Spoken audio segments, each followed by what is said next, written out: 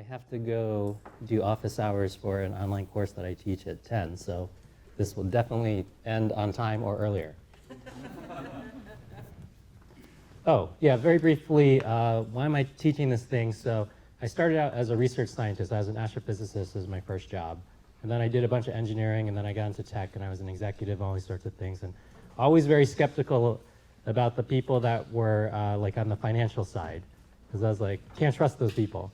And then eventually I was trying to get a bunch of this hard stuff commercialized.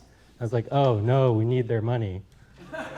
So I need to understand them. And then eventually I was like, nobody understands it, so I need to become one. So anyway, that's what's going on now.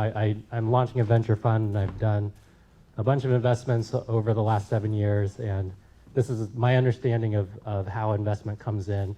And I'm gonna do a lot more focus on early stage stuff, because you guys are doing really hard stuff at the early stage, even though there's plenty to talk about in all the different stages.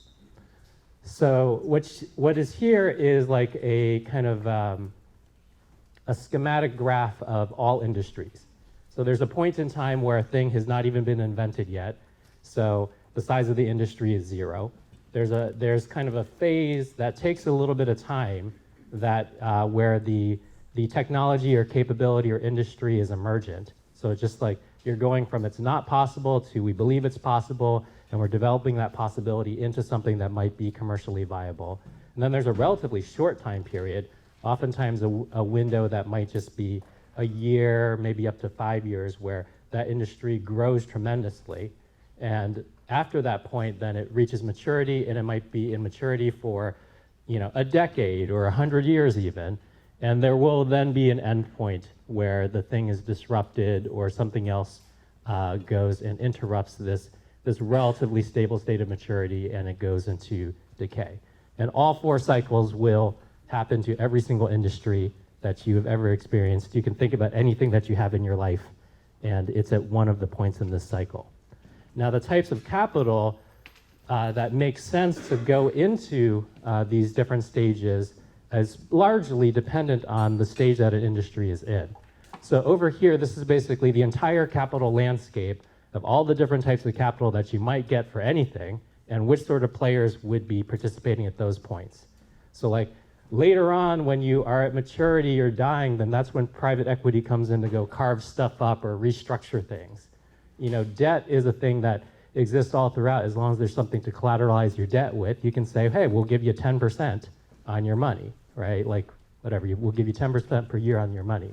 Venture capital basically comes in with the promise of, we'll give you 10x on your money, but you're obviously coming in earlier, and there may not be anything that asset backs the money that's coming in.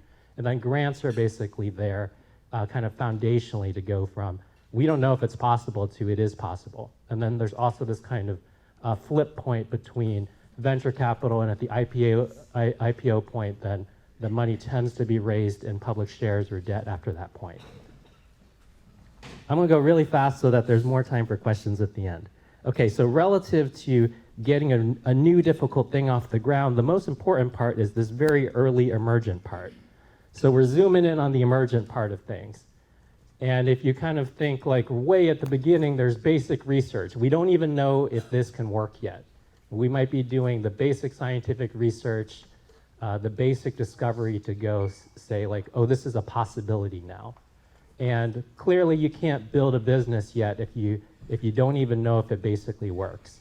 But right at the point that the tech begins to work, and I saw yesterday a lot of things that are certainly at the point where the tech is working at some level, then you can start asking yourself, does it make sense to do any type of commercialization here? And in the emergent, you can roughly break up emergent into early, middle, and late. And in early emergent, a good indicator of where you are on the emergent part of things is how many companies are actively trying to go commercialize the thing that you have just created. If it's like 1 to 2, then you're early emergent. If it's 3 up through 10, then you're mid-emergent. And late emergent might have 10, might have 50, might have 100 companies all competing.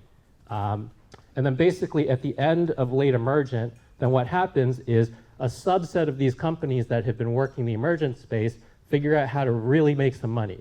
And then as they're making that money, they go and put everybody else out of business, either by acquiring them, just outgrowing them, or shutting them down. And you'll have this major collapse from maybe 50 companies in late emergent down to maybe 3 or 4 by the time you get to maturity. So they'd just be like collapse, collapse, collapse. So basically, you can tell right now where you are on this chart if you think about a tech that you're interested in commercializing and asking yourself, are there 10 companies in the space? Is there 1 company in the space? And you'll know actually what sort of things are appropriate capital-wise as a function of just knowing whether you are early, middle, and late emergent.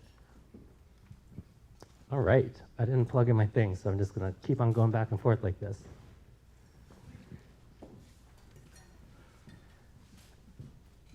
Oh no, it's fine, because I need to point at stuff too. This is great. Oh no, so important concept relative to raising money is what I call capitalizing cool versus capitalizing hot. Now usually what I tell folks is that if you are early emergent, then it actually makes a lot more sense to capitalize cool. So what does it mean to capitalize cool? Capitalize cool means take as much non-dilutive capital as possible. If you do take dilutive capital, if you are selling part of your company in order to go do this, take small amounts from folks that may not be the big VC firms yet, because the benefit of going cool is it allows you to take the time that it takes in order to go figure stuff out. Because during the cool time period, maybe you start exploring a market and you find a customer in 3 months. Maybe you're exploring a market and it takes you 4 years to find a customer. And you need that kind of if you've only raised $500,000 from venture capitalists and you have $2 million in grant funding, that'd be a great example of a cool mixture. Because the venture capitalists are only $500,000 in, or maybe you got it from 3 angel investors, and they tend to be more patient anyhow, because they're just kind of using disposable money. It's not actually, angel investors is not even necessarily really their job to be investors. So it's just kind of play capital for them. And because of it, it doesn't create, whenever you take venture capital, it immediately creates the expectation of this being worth 10 times more within 3 years, right? So if you were to take 500K, then you need to go make that worth $5 million. If you take 500K at a $5 million valuation, what you're signing up for is I need to make a $50 million company within 3 years. So if you're not ready for that, then you should not go capitalize hotter and hotter there. And of course, if you take $50 million, that sounds great, but now you need to go make, well, if you raise $50 million on a $200 million valuation, and you basically signed up to making a $2 billion company within 3 to 5 years. So if you're not ready for that, do not capitalize hot. Now there are points in time where that totally makes sense, because you'll notice there's this relationship between where you are early, middle, late emergent versus how you capitalize. And you guys remember those numbers from before. There's 1 or 2 players, there might be 3 to 10 players, there's 10 plus players. Just recently, Lyft went public, Uber is going public. These are the folks that won, and they're going into the mature phase. But if we scoot back 5 years ago, there was a bunch of players like Sidecar, and there was 10 players easily in this kind of on-demand taxi service space. And there's a point in time when Lyft basically saw that Uber was pulling ahead and they decided to capitalize really hot. And they went and took in billions of dollars because there was this tiny time window before the stuff was about to hit growth. And that's a perfect strategy when you're about to go hit growth phase. The folks that didn't take $1 billion, we don't even remember their names now. Even though there was more than 10 services about 5 years ago, you don't even remember them now. Because they didn't capitalize hot during a time period where the window really, really was speeding up. But this is why I'm saying you want to go use that first sensibility. First you want to index into how many competitors are in this field and how quickly is this market heating up. If it's heating up real fast, then you might want to capitalize hot. If it is more like a lot of early stage research and it's kind of slow and you don't know who's even going to buy the thing and it might be a slow B2B sale and all these sorts of things, then I would recommend capitalizing cool. All right. Now, how to understand investors. Founders are very, fixated on valuation. Investors mostly care about allocation, which is what percentage of their company you own, of your company they own. Then there's a bunch of different investor types and like slightly different archetypes of what they care about based on that. And then of course there are folks that are friendly and aggressive, and then the type of governance they bring. These are the major categories of things to think about when you're working with an investor. Now allocation is kind of the main thing. And because basically as a function of allocation, an investor basically takes on a different role in your company. If they own 0 to 4% of your company, well, they own part of your company, but they're basically tagging along and dragging along. And what that means is if the larger group of owners makes a decision about the future governance or direction of the company, that investor tends not to have any dominating stake to go change that course. So they get dragged along. It's like, oh, well, now we want to split into 2 companies. Like, well, I guess I'm getting dragged along into that. Oh, now we want to pivot over to here. I guess I'm getting dragged along into that. I only own 2%. And there's other folks that own 30%. So if they want you to go that direction, I'm just getting dragged along. So you can see how much allocation affects the character of how an investor gets to play in this game. You know, 5 is because drag along, tag along means that you may not even be at the table as the thing is discussed. You just get pinged by the lawyer later on and said, hey, by the way, this was decided. You need to sign these documents. You're like, okay. 5 to 9, it says present. And what that means is you at least get to be in the room while it's discussed. It doesn't mean that you have any dominating ability to go change the course of that discussion, but you'll at least get to say some stuff. And you won't be surprised by some documents in the mail. You would just, yes. When you have 10 to 29%, then you are one of the major forces that is governing the company with others. If you have 30 to 49%, that's a commanding stake, and 50% is a dominating stake. It's like you can fully steer the company by yourself as an investor if you want. Now, different investors have different positions that they want to take. You know, if private equity wants to come in and buy your company, they are going to get an owning stake. And then they're going to move the stuff exactly how they want. If a angel investor, you know, is just excited about your area and they want to, you know, follow along with all the great developments that you're doing, they might aim to have a 1% stake in your company, a 2% stake in your company. That's fully appropriate for the sort of role that they want to have. And then a lot of venture investors kind of come in between, where it's like, hey, I'm governing, I want there to be other co-investors because you aren't our only investment, but we want to have a substantial win if you succeed as well. So as you raise money for your thing, you also want to think about what's the mix of influences that I want to have. And I think early on, you typically don't want to have any players that have commanding or owning stakes. You may not even want a co-governing stake early on because there may just be so much flex in where you might go, unless you feel like that co-governing stake is a very benevolent stake, like that's a type of investor who's very much motivated to help you discover and do great for that market. And then here's all these investor types. That's way too many words. So if you want to go read this later, you should just take a photo. But there are angels, which are regular individuals that have personal values and they invest based on those personal values. And they don't need the stake to go pan out. Actually, most angel investors are like, I expect to lose all of my money. And that's totally fine. No, but they get to be along on the ride for all these exciting things. And if you've made some money, like excitement is the thing that you pay for. Angel list, so like syndicates broadly. So Angel list is one of the biggest syndicate clearing houses. But this is basically many accredited investors coming in to be able to do somewhat larger investments through a special purpose vehicle. And they'll tend to have a slightly larger check size than angels, and they'll be managed by a general manager, whoever's managing your SPV, and placing it in there. But it's an important part of the landscape. Corporate venture capital is a whole kind of thing, which is there'll be corporations that, corporate venture capital typically doesn't even try to make money. So it's a really unusual type of incentives. Like most corporate venture capital is just a way of a big corporation keeping their finger on the pulse of all the innovative developments that are happening in a space. So they do it as kind of a precursor to acquisition. And if you don't want to be acquired, you may not want to take corporate VC. And there are some that have a slightly different flavor to them, but a lot of them are not really focused on making money or necessarily even supporting your company that well, but really more just like this is a guard against us being disrupted because we're surveying the entire space all the time with a little bit of capital. Then there's seed funders, Series A, B funders, Series C, D funders.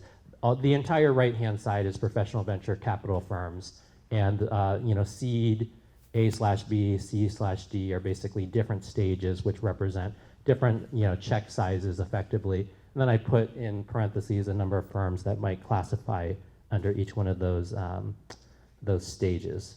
Could you leave it up for? Oh shoot, there you go. Go ahead and take a photo real quick. Thank you. Yeah, all of that correlates to something super practical. So, you have these different types of investors, and you can see the amounts that they might be investing are going up, the allocations that they would be aiming for also going up. And then angels got a hope and a dream because they're coming in super early and they can only put in 20K, and hopefully you become 100x, but almost all that goes to zero. But it's fine. It was fun. And then it's good. And then, seed funds and all these other folks have slightly different expectations. If you're coming in and you're putting, like, I don't know, 400 million into Twitter as a Series D contributor, you don't expect 100x from that. That's just not realistic. So as you get to these larger check sizes, they also have a different expectation on return. And then this is also just a word salad, but here's a bunch of things that friendly people will do, and here's a bunch of things that aggressive people will do.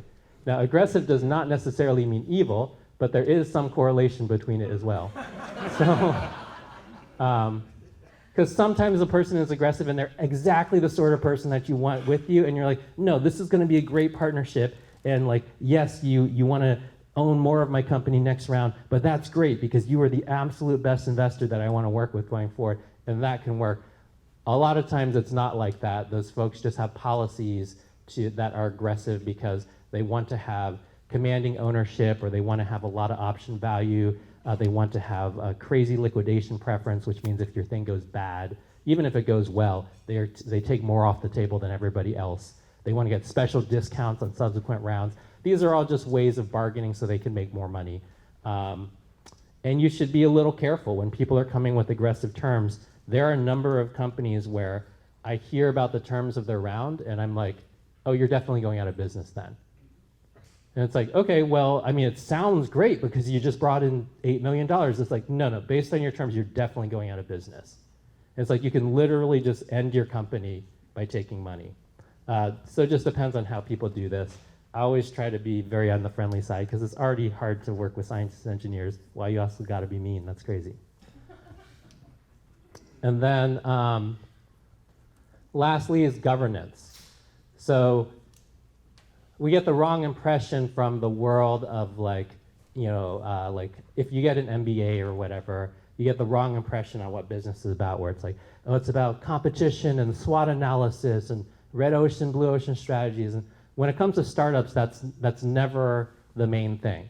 Startups basically never go out of business because of competition. Startups mainly go out of business because they run out of cash, or they have some sort of intractable relationship issue. And that relationship issue might be between two founders, it might be between a founder and investor, it might be between the founder and the board. And it's like, yeah, it's those sorts of issues that basically blow up the company. And it's only one of those two. And actually relationship issues are a lot higher than you think. You think it's gonna be like, oh, it's mostly they run out of money. It's like, no, it's more like 50-50. Like half the time you go out of business because of a relationship issue, and half the time you go out of business because you ran out of money. And given that, like, you really need to go focus on quality governance. And early on, I noticed this a lot with people that have a science or engineering background. They don't know how to put together a good board. And these are basically some things that you should look for board members. Instead, they'll be like, oh, well, you seem really interested in the company. Why don't you become, an advisor? Oh, no, you want to join the board? Great, you're on the board. And it's like, uh-oh. That person has no governance experience. Just because they put in money doesn't mean that they have applicable expertise to the thing that you're trying to create. They might put in money with a very short-term orientation, which leads to bad governance decisions. And then there are a lot of really talented people who are in demand for a lot of boards, but now they're a member of 40 boards, and they actually don't have the bandwidth to show up for your company, even if they do meet the earlier criteria. All right. So I covered a huge amount of stuff in a short amount of time, and now we're going to do Q&A for 10 minutes, and then I got to do my office hours. All right.